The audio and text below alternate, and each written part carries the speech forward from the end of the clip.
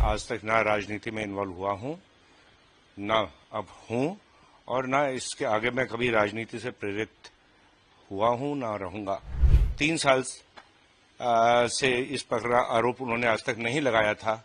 आज अचानक उनकी मानसिक स्थिति क्या हो गई, क्या उनके साथ हुआ, क्या ऐसी घटना हुई, क्या उनकी फ्रस्ट्रेशन थी, क्या मेंटल इंस्टेबिलिटी थी कि जिस कारण से उन्होंने अचानक से मेरे ऊपर इस प्रकार का वार किया। ये बातें जब मुझे नोटिस में आई कि इस प्रकार से ऑफिसर से एक्सटॉर्शन की जा रही है, ट्रांसफर में इस प्रकार का एक रैकेट चल रहा है पैसे के डिमांड का, तो और धंधों से भी वसूली की जा रही है, तो मैंने ये बात तुरंत जाके उस समय honourable CM Shri Uddhav Thackeray, NCP के अध्यक्ष श्री शरद पवार, कुछ वरिष्ठ मंत्री जैसे जयंत पाटिल साहब और लोगों के मैंने नोटिस में लाई थी। पहले ऑनरेबल सीएम साहब के नोटिस में लाऊं, और उस पर भी जब मुझे कुछ रिस्पांस नहीं मिला तो मैंने न्यायालय के दरवाजे मैंने खटखटाए। मैं ऑनरेबल हाई कोर्ट गया, उसके ऑनरेबल सुप्रीम कोर्ट अप्रोच करा। जो मेरे आरोप थे वो सच्चे पाए गए, उसके बाद गुनाह दाखिल हुआ। अनिल देशमुख साहब अरेस्ट हुए, सीबीआई ने अरेस्ट किया, ईडी ने अरेस्ट किया, केस चार्जशीट हुआ और अब वो ट्रायल फेस करने वाले हैं। एविडेंस उनकी सामने जो चार्जशीट में है, इट्स अ पब्लिक डॉक्यूमेंट, सभी के लिए देखने के लिए उपलब्ध है कि किस प्रकार की एविडेंस उनके सामने, उनकी मैल प्रैक्टिसेस के बारे में सामने आई। जो मेरे आरोप थे वो तो मेरे सिर्फ मुंबई तक लिमिटेड थे। उनका मुंबई का टारगेट ही उनका 100 करोड़ था। बाकी राज्य से उनका जो क्या टारगेट था वो भी अभी सामने नहीं आया, और कितने लोगों पे किस प्रकार का इन्होंने एक्सटॉर्शन किया, अत्याचार किया, अभी तो 10-20% ही सामने आया है। पूरे इनकी जो मैल प्रैक्टिस थी वो तो अभी तक सामने नहीं आई है। अर्बन लैंड सीलिंग का केस, थाने का पुराना केस का इन्वेस्टिगेशन चल रहा था, उसमें संजय पांडे के माध्यम से उसमें ऐसी इंस्ट्रक्शंस थी कि किसी प्रकार से श्री फडणवीस को और मेरे को उस केस में घसीटा जाए, हमको इन्वॉल्व किया जाए। उस केस के तत्कालीन आयो सरदार पाटिल को कि उसमें उस समय जो सरकार का हिस्सा थे, प्रेजेंट अभी के माननीय मुख्यमंत्री श्री एकनाथ शिंदे को भी उस केस में घसीटा जाए, उनको अरेस्ट किया जाए। ये बात भी उस समय के आयोग के ऊपर प्रेशर लाके संजय पांडे ने की थी, और वो डायरेक्ट इंस्ट्रक्शंस ले रहा था श्री अनिल देशमुख से, श्री शरद पवार से और उस समय के मुख्यमंत्री श्री उद्धव ठाकरे से। सबसे पहले मेरी प्रतिक्रिया तो यही है कि मैं आज तक ना राजनीति में इन्वॉल्व हुआ हूं, ना अब हूं, और ना इसके आगे मैं कभी राजनीति से प्रेरित हुआ हूं, ना रहूंगा। मेरा कोई पॉलिटिकल एम्बिशन नहीं है, मेरे को किसी पॉलिटिकल पार्टी एफिलिएशन नहीं है। तो इस प्रकार के आरोप करना कि राजनीति से प्रेरित है, ये तो बिल्कुल मतलब मनगढ़ंत कुछ भी बात किसी पे आरोप कर देना है। दूसरा, जो अनिल देशमुख साहब ने मुझ पर आरोप लगाया, 3 साल से इस प्रकार आरोप उन्होंने आज तक नहीं लगाया था। आज अचानक उनकी मानसिक स्थिति क्या हो गई, क्या उनके साथ हुआ, क्या ऐसी घटना हुई, क्या उनकी फ्रस्ट्रेशन थी, क्या मेंटल इंस्टेबिलिटी थी कि जिस कारण से उन्होंने अचानक से मेरे ऊपर इस प्रकार का वार किया। मैं आज तक कभी प्लेटफॉर्म पे, पब्लिक प्लेटफॉर्म पे बोला नहीं था, मीडिया में नहीं बोला, सोशल मीडिया में मैंने कभी प्रतिक्रिया नहीं दी थी। जो भी इन्होंने अन्याय मेरे विरुद्ध किए, झूठे केसेस किए, जो मुझे कहना था सब कुछ मैं सुप्रीम कोर्ट में भी, ऑनरेबल सुप्रीम कोर्ट में, ऑनरेबल हाई कोर्ट में कहता रहा। मैंने कभी पब्लिक में जाकर मैंने तू मैं इंडल्ज नहीं हुआ, अभी भी मेरी इच्छा नहीं थी, और ना मुझे इस प्रकार का कुछ करना अच्छा लगता है। लेकिन जब उन्होंने इस प्रकार के गंभीर आरोप किए तो मुझे लगा अवश्य ही मुझे इसका जवाब देना चाहिए, मेरी जो साइड है उसे पब्लिक के सामने लाना चाहिए, और दिल की बात है जो मेरे, वो मुझे कहने का मैंने निर्णय लिया और आप सभी लोगों से शेयर किया।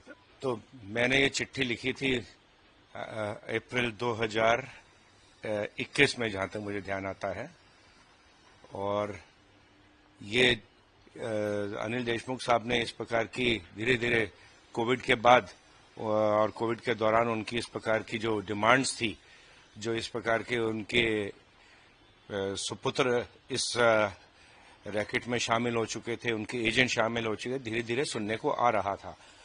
फिर ऑफिसर्स को बुलाकर उनसे डायरेक्ट डिमांड की गई, ऑफिसर्स ने मुझसे शेयर किया, मेरे कानों पे डायरेक्ट बात भी आ रही थी। अनिल देशमुख साहब भी बात बात में कभी बोल दिया करते थे, उनका टारगेट है बड़ा, पार्टी की तरफ से उनको डिमांड है, वो पूरी करनी पड़ती है, उनके ऊपर प्रेशर है।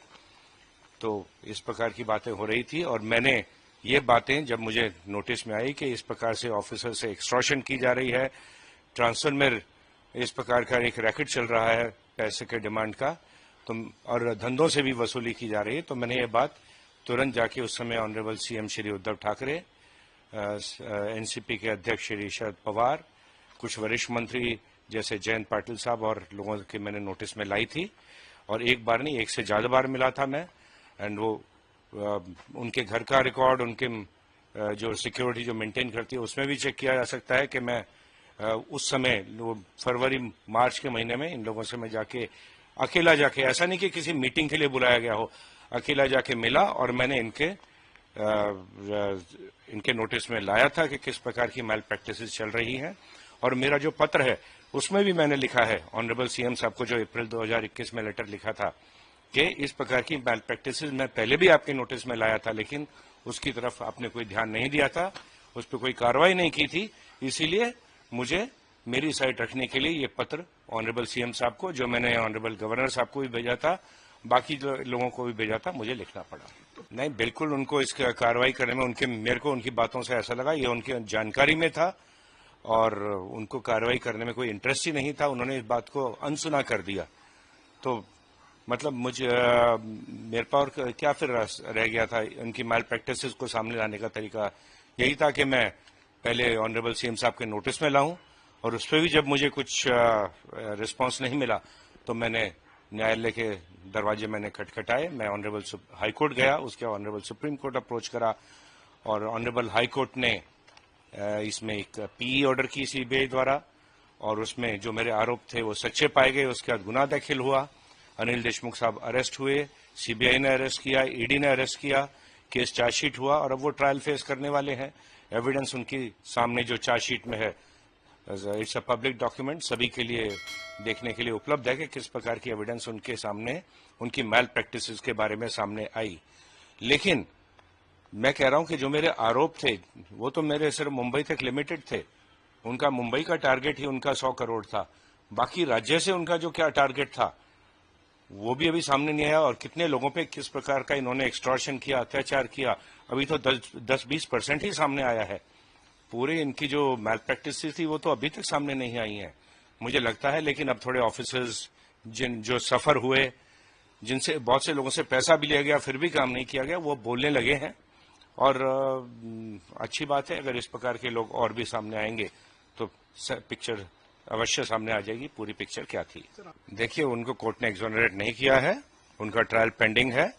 मैं ऑनरेबल कोर्ट में क्या प्रोसीडिंग होती है उसके बारे में कमेंट करना उचित नहीं होगा, लेकिन उनको कोई अभी डिस्चार्ज नहीं मिला है, सिर्फ इतना कहना चाहूंगा।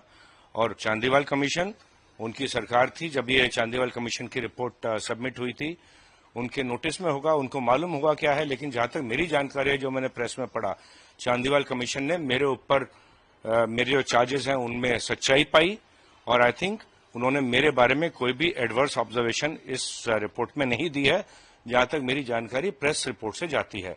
लेकिन अगर देशमुख साहब की जानकारी में है, उनकी सरकार को सबमिट हुई थी, अगर कुछ उनकी जानकारी में है तो आए, पब्लिक डोमेन में लेकर आए, मुझे उसमें कोई आपत्ति नहीं है।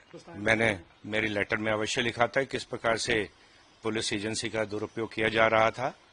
उसके बाद मैंने बहुत सी चीजें थी जो उस लेटर में नहीं लिखी थी, लेकिन मैंने शेयर करना चाहूंगा कि किस प्रकार से मुझको प्रेशराइज करके कोशिश की गई थी कि इनके जो पॉलिटिकल विरोधी हैं, राजनीतिक जो विरोधी हैं, जैसे कि उस समय के तत्कालीन लीडर ऑफ अपोजिशन थे श्री देवेंद्र फडणवीस, उनको और मेरे को एक यूएलसी का केस, अर्बन लैंड सीलिंग का केस, थाने का पुराना केस का इन्वेस्टिगेशन चल रहा था। उसमें संजय पांडे के माध्यम से उसमें ऐसी इंस्ट्रक्शंस थी कि किसी प्रकार से श्री फडणवीस को और मेरे को उस केस में घसीटा जाए, हमको इन्वॉल्व किया जाए। और इतना ही नहीं, एक जो और बात बताना चाहूंगा, उस केस में ऐसी भी इंस्ट्रक्शंस दी थी संजय पांडे ने उस केस के तत्कालीन आईओ सरदार पाटिल को, कि उसमें उस समय जो सरकार का हिस्सा थे, प्रेजेंट अभी के माननीय मुख्यमंत्री श्री एकनाथ शिंदे को भी उस केस में घसीटा जाए, उनको अरेस्ट किया जाए। ये बात भी उस समय के आयोग के ऊपर प्रेशर लाके संजय पांडे ने की थी, और वो डायरेक्ट इंस्ट्रक्शंस ले रहा था श्री अनिल देशमुख से, श्री शरद पवार से और उस समय के मुख्यमंत्री श्री उद्धव ठाकरे से। पूरा विश्वास मैं कर सकता हूं, मेरे पास